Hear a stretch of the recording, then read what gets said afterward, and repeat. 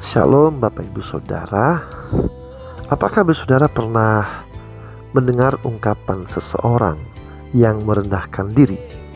Misalnya ada yang berkata, aku ini tidak ada apa-apanya dibandingkan dia. Nah, seringkali kita menganggap ungkapan seperti ini sebagai bentuk kerendahan hati. Ada juga istilah merendah di atas bukit. Contohnya, ketika seseorang berkata, "Waduh, semester ini sulit banget. IP ku cuma 3,9, padahal biasanya 4." Nah, saudara, istilah merendah di atas bukit berarti seseorang menggunakan bahasa yang rendah hati, tetapi sebenarnya untuk pamer. Kerendahan hati yang sejati bukan hanya kata-kata, tetapi berasal dari hati, Bapak Saudara. Tuhan sangat menghargai kerendahan hati, dan banyak ayat dalam Alkitab yang memuji sikap ini. Misal, di dalam Amsal 15 ayat 33 berkata begini, "Takut akan Tuhan mendatangkan hikmat, dan kerendahan hati mendahului kehormatan." Bapak Saudara, kerendahan hati yang sejati tidak berasal dari rangkaian kata, melainkan dari sikap hati. Nah, inilah karakter yang sangat Tuhan hargai, seperti yang tertulis dalam Amsal tadi. Kerendahan hati mendahului kehormatan. Artinya, orang yang tidak mencari-cari pujian justru akan menerimanya.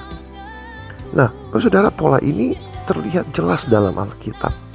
Tuhan seringkali memilih mereka yang dianggap lemah atau terpinggirkan, seperti Sarah yang mandul atau Daud yang dilupakan, bukan mereka yang tampak hebat di mata manusia. Dan puncak teladannya adalah Yesus Kristus. Ia tidak datang sebagai raja yang berkuasa, melainkan sebagai tukang kayu yang sederhana. Ia mati dalam kehinaan di kayu salib, bukan dalam kemuliaan duniawi.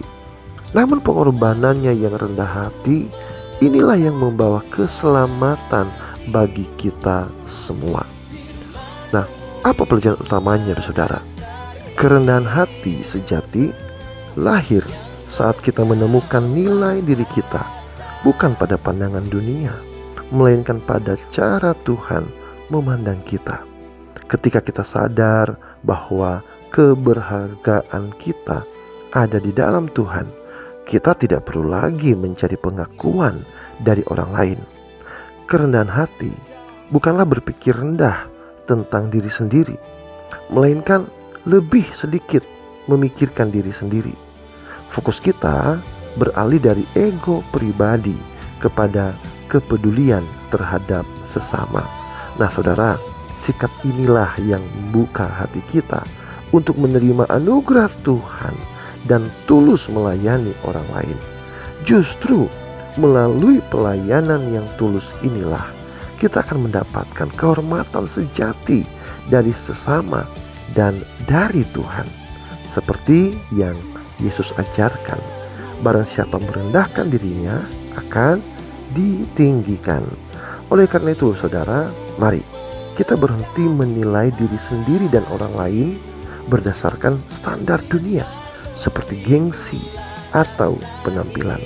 Mari kenali diri sendiri di hadapan Tuhan, hidup dalam kerendahan hati, dan yakinlah bahwa kehormatan sejati pasti akan mengikuti. Tuhan Yesus memberkati. Shalom.